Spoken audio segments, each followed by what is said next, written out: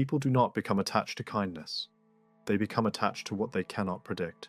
I observed this truth not in the pages of philosophers, but in the courts of men who ruled. In the halls where alliances were formed and dissolved over a single meal. In the faces of ambassadors who had been praised one morning and coldly ignored by afternoon. They did not leave. They stayed. They returned. They angled for position with greater urgency than those who had been welcomed with warmth from the beginning. The inconsistency did not drive them away. It held them like iron. This is not a comfortable truth, but comfort has never been my concern. Consider what men call loyalty. They speak of it as though it were a virtue freely given, a flower that grows in the garden of goodness. They are mistaken. What men call loyalty is, in the deepest part of its nature, an unresolved hunger. And it is the condition of needing something that has not yet been fully delivered. The man who gives you everything you desire is not the man who commands your devotion. He is the man you eventually stop noticing. The man who gives you everything you desire and then withholds something small, something indefinite. That is the man who will occupy your thoughts at midnight. That is the man whose opinion carries weight. That is the man you will cross rooms to impress. I did not invent this mechanism. I observed it. And having observed it for a lifetime, I will now explain it to you without flattery and without mercy. I spent the better part of my working life in service to the Florentine Republic.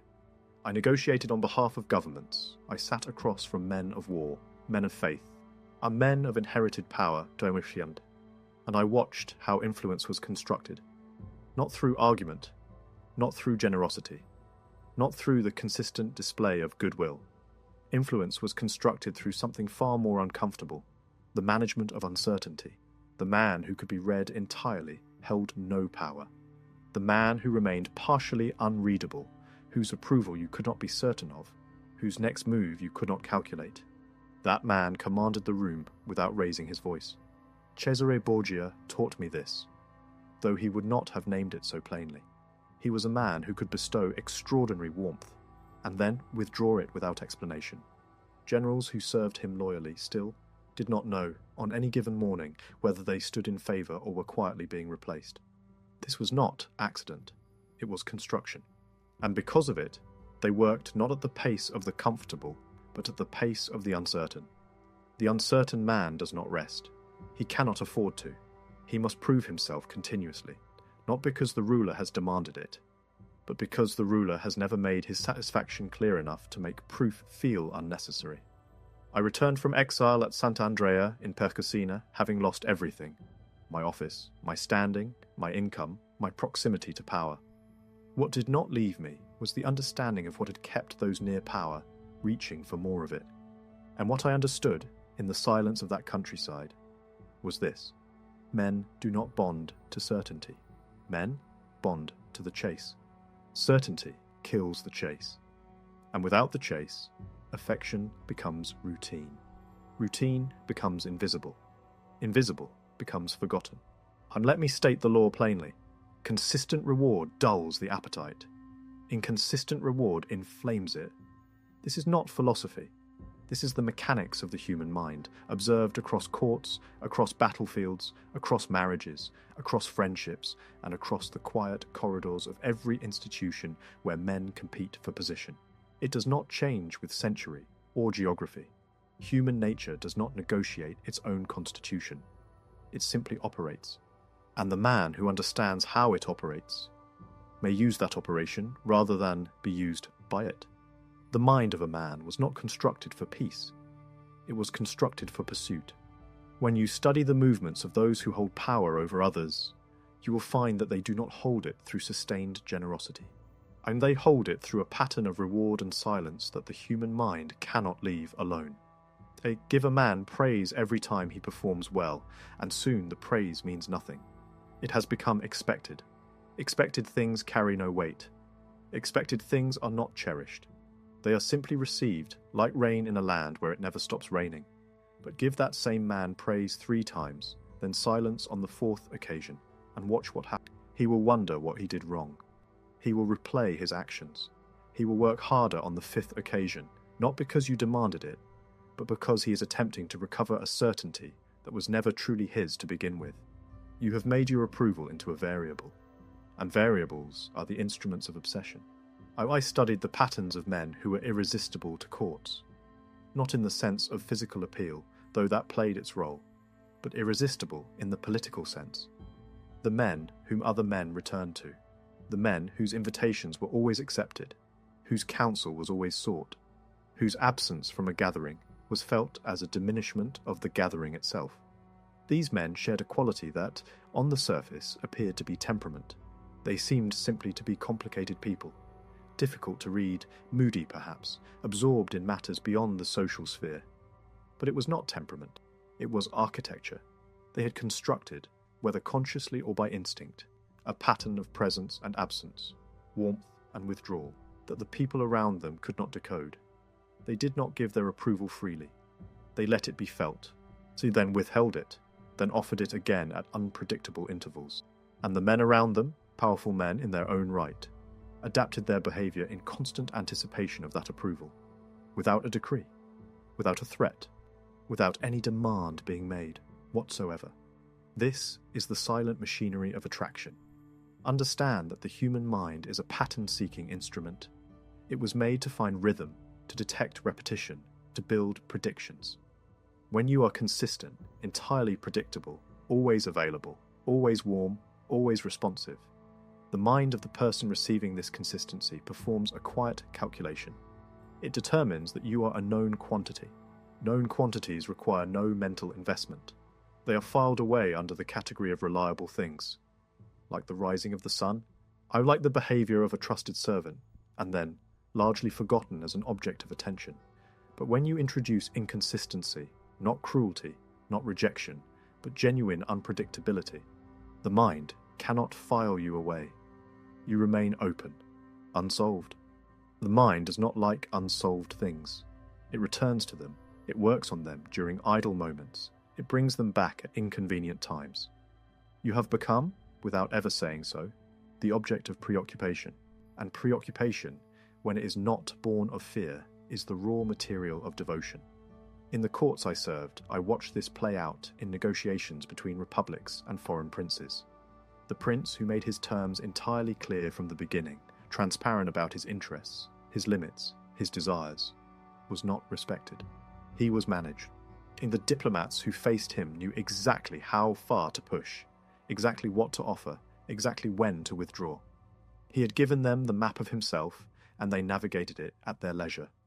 But the prince who withheld part of his position, who seemed amenable and then suddenly distant, who praised one clause of a treaty and left the rest uncommented upon, this prince forced his counterparts into uncertainty, and uncertainty is expensive. Men pay heavily to resolve it. They offer more than they intended. They concede what they had not planned to concede, all because they cannot read the man across the table, and they need, desperately, to know where they stand. This is not deception in the criminal sense. What I am describing is the management of information, the strategic discipline of not giving everything away at once. And the prince who conceals part of his judgment does not lie to you. He simply does not offer you the comfort of complete knowledge. And in withholding that comfort, he has created in you a need for it. A need, once created, must seek satisfaction. That seeking is what binds men to other men more durably than any explicit bond. Consider the man who presents himself as entirely devoted from the first moment of acquaintance. He is available at every hour. He responds to every communication immediately. He offers praise generously, consistently, without reservation. He volunteers his time, his attention, his effort, always and without calculation. What has he communicated? He has communicated that he has no other demands. He has communicated that you are the ceiling of his ambitions. He has communicated, and though he does not know he is communicating it, that he is a man of low value. For the valuable man is in demand, and the man in demand cannot always be available. Men judge through their eyes before they reason. They see availability and they interpret it as surplus. Surplus has no scarcity.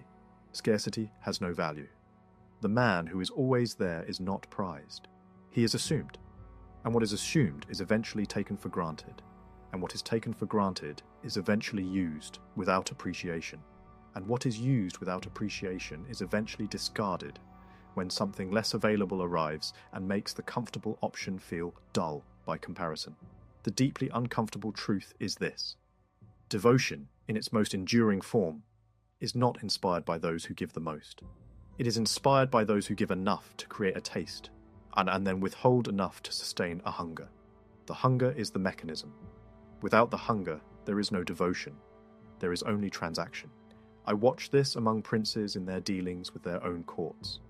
The prince who held elaborate banquets every evening, who filled his halls with music and wine and generosity on every occasion, found that his court came to expect it. They attended not in gratitude but in habit.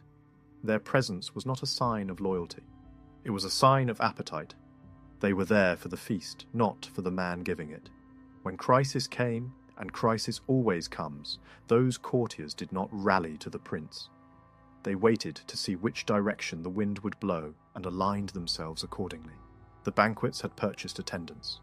They had not purchased allegiance. But the prince who held banquets occasionally, who was sometimes magnificent and sometimes austere, who bestowed gifts at unexpected moments and withheld them without explanation, who could be warm at one gathering and measured at the next, that prince inspired something the first man never achieved. His courtiers wondered about him. They discussed him. They competed to be in his favour, not because he had purchased them, but because his favour felt uncertain enough to be worth pursuing. His approval was not guaranteed. And because it was not guaranteed, it was worth something. The crowd remembers what costs them effort. What is freely given is freely forgotten. Now let us translate this into the world as it presently exists. For the principles of the court do not expire with the court. In your professional life, there are men who give their full effort, their full attention, their full goodwill to every colleague and superior without reserve. They are generous with their time, their ideas, their praise. They are liked, but they are not respected in the way that commands serious attention. They are considered reliable. Reliable is not the same as powerful. Reliable is the thing you take for granted in the same way you take for granted the furniture in a familiar room. You do not think about the chair until the chair is gone. The man who withholds some part of himself, who does not share every opinion, who does not laugh at every remark, who does not give his full enthusiasm to every project, who occasionally makes his colleagues uncertain about where they stand in his estimation. This man is discussed in rooms he has left. So his reserve becomes interesting. His occasional warmth, when it appears, is received as something to be noted. People wonder what they have done to earn it. They will do more to keep it than they would have done to earn it in the first place. I am not instructing you to be deliberately cold. Cold is a posture, and postures are detected. What I am instructing you to do is stop filling all available silences. Stop completing all available transactions of warmth. Leave some room. Leave some uncertainty. Not as performance, not as cruelty, but as the natural consequence of being a man who is sufficiently absorbed in his own purpose to be genuinely unavailable sometimes. The man who is genuinely absorbed in something of importance does not need to perform unavailability. It is simply his condition. And because it is genuine, it carries weight that performance cannot replicate. Men can detect the difference between a man who withholds because he is busy being someone and a man who withholds because he has read that withholding is effective. The first commands attention. The second invites contempt. This is why the foundation of everything I'm describing is not technique. It is substance. You must be genuinely occupied with something that matters. You must be genuinely invested in purposes that have nothing to do with the approval of others. When you are, the unpredictability that follows is not manufactured. It is the natural result of a man whose attention is claimed by more than one thing, and who has learned to distribute that attention according to merit rather than habit. Now let me go deeper, because the psychology of this runs beneath what most men care to examine. The human creature bonds most powerfully, not to what satisfies it, but to what partially satisfies it. This is not a weakness of character. It is an engineering of the mind that served a purpose in conditions far harsher than the present world. The mind was built to pursue uncertain rewards more vigorously than certain ones, because in a world of genuine scarcity, the uncertain reward might be the only one on offer, and stopping the pursuit might mean starvation. The certainty of reward was, in the ancient condition of men, a temporary state that could not be relied upon to last. The pursuit was the insurance. We are no longer living in conditions of that ancient scarcity, but the mechanism remains. It has simply redirected itself from the pursuit of food and shelter toward the pursuit of approval, affection, and standing. The man or woman who provides you with consistent, certain, reliable emotional reward is, to the primitive architecture of your mind, a man who has removed the need to hunt, and the mind that has stopped hunting becomes dull, satisfied, stagnant. But the man who provides you with reward that arrives without full predictability, who is warm today and measured tomorrow, who offers connection and then recedes without explanation, who gives you something precious and then does not follow it with another gift immediately, that person has reactivated the ancient machinery. The mind is hunting again, and the mind that is hunting is the mind that is most alive, most focused, most committed to the pursuit. They do not understand this is happening to them. The man experiencing it believes he simply admires you, believes he simply enjoys your company. And all of that may be true. But the depth of his attachment, the persistence of it, the way it survives your occasional coldness and his own moments of rational resistance, that is not the product of your qualities alone. That is the product of the pattern you have created, whether you intended it or not. The wisest men I observed in positions of lasting influence had this understanding somewhere in their instincts, even if they had never formulated it clearly. They knew, at some level, that too much warmth too freely given was a form of political suicide. They parcelled out their regard. They celebrated something in you today and said nothing tomorrow. I'm leaving you to wonder whether yesterday's praise had been retracted in the silence, and you worked, consciously or not, to restore the certainty that it had not. This is the architecture of devotion, built not from abundance but from controlled scarcity. There are men who confuse this principle with cruelty. They believe the lesson is to withhold affection permanently, to always be cold, to keep others perpetually uncertain, to never offer warmth at all. They are wrong, and their error produces not devotion but damage. The pattern I am describing requires warmth as its foundation. It is warmth that makes the withdrawal meaningful. If you are consistently cold, your coldness is simply your nature. People adjust to it and cease to find it significant. But if you are capable of genuine warmth, and that warmth appears at certain moments and is withheld at others, then the warmth becomes precious. Precious things are not forgotten. They are sought. A prince who was always brutal commanded not fear but avoidance. Men fled him when they could. They served him only while they could not escape. But the prince who was sometimes generous and sometimes severe, who could punish today and reward tomorrow, kept his men in a state of perpetual alertness. They could not predict which version of him they would encounter, and that inability to predict kept them present, engaged, attentive, working always to understand a man they could never fully read. The lesson is balance calibrated to inconstancy, not random cruelty balanced against random generosity, but genuine warmth that is not always available, a genuine interest that does not always follow the last interesting thing you said, genuine appreciation expressed when it is felt, but not manufactured when it is not. Authenticity is the vessel. Discipline is the valve. Now let me speak about a thing that the admirers of warmth will resist, though it is true regardless of their resistance. Men do not remember the man who was always kind to them. They remember the man who was sometimes kind to them, and whose kindness, therefore, meant something when it came. The consistent kindness disappears into the background of experience, like a sound heard for so long it is no longer heard at all. The intermittent kindness stands out. It is noticed. It is catalogued. It is recalled. This is the deepest cruelty of the mechanism. Not cruelty imposed by men of power, but cruelty embedded in the architecture of human perception. We were not built to respond most intensely to what is always there. We were built to respond most intensely to what changes. Change draws the eye. The eye pulled by change sends the signal. Pay attention here. Something is happening. The man who is always the same does not trigger this signal. He is background.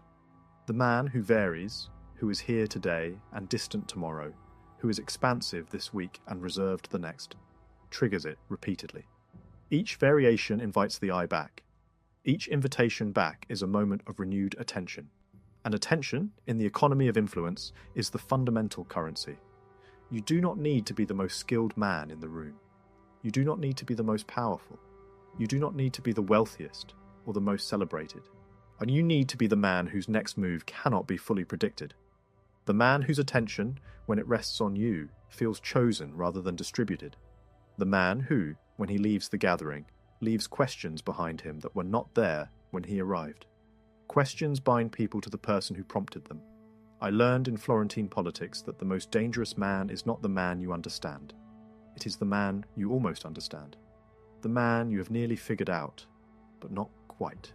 The man whose logic you can follow to a point and then lose. He keeps you working. He keeps your intelligence engaged and humbled.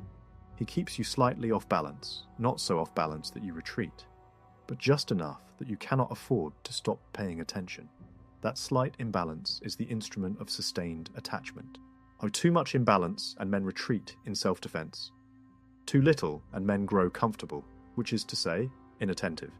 The art is calibration, the calibration of how much of yourself to offer at any given moment.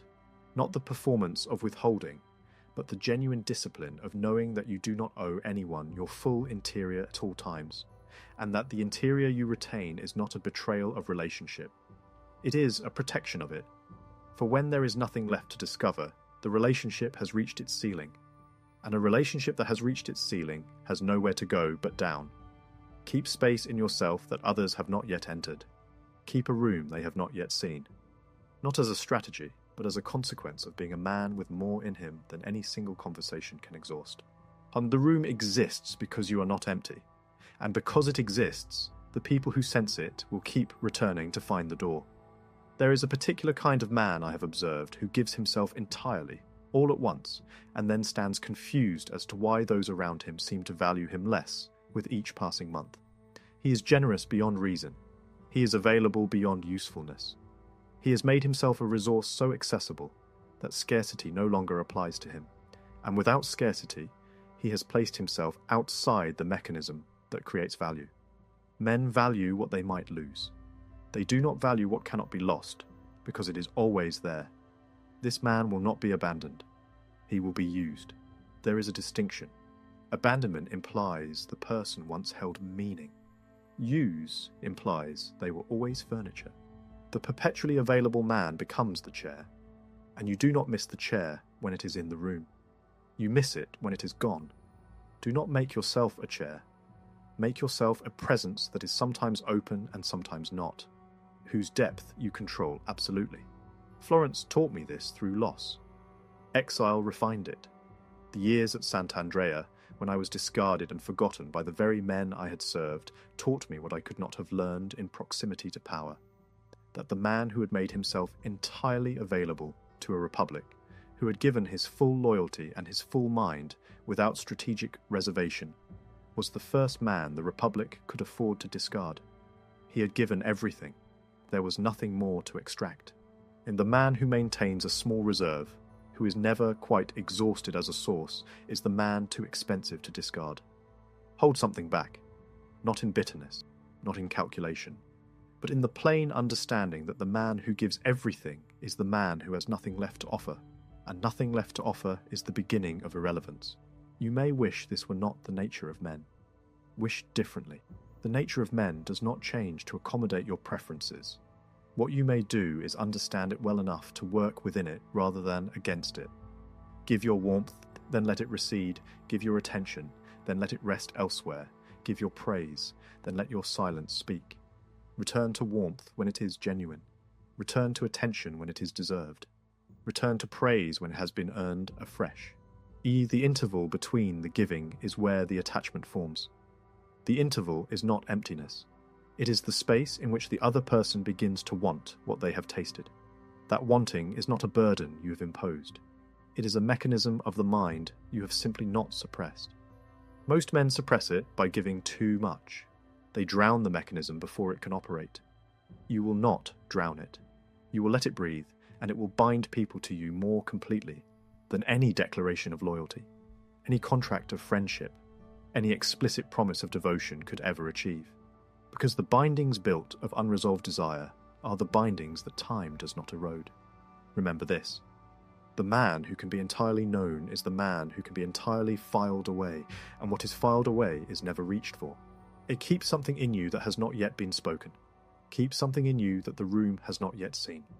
Watch how the room keeps turning towards you, not because you commanded it, but because the unsolved equation that is your presence refuses to leave the mind at rest. They do not become addicted to you. They become addicted to the mystery of you.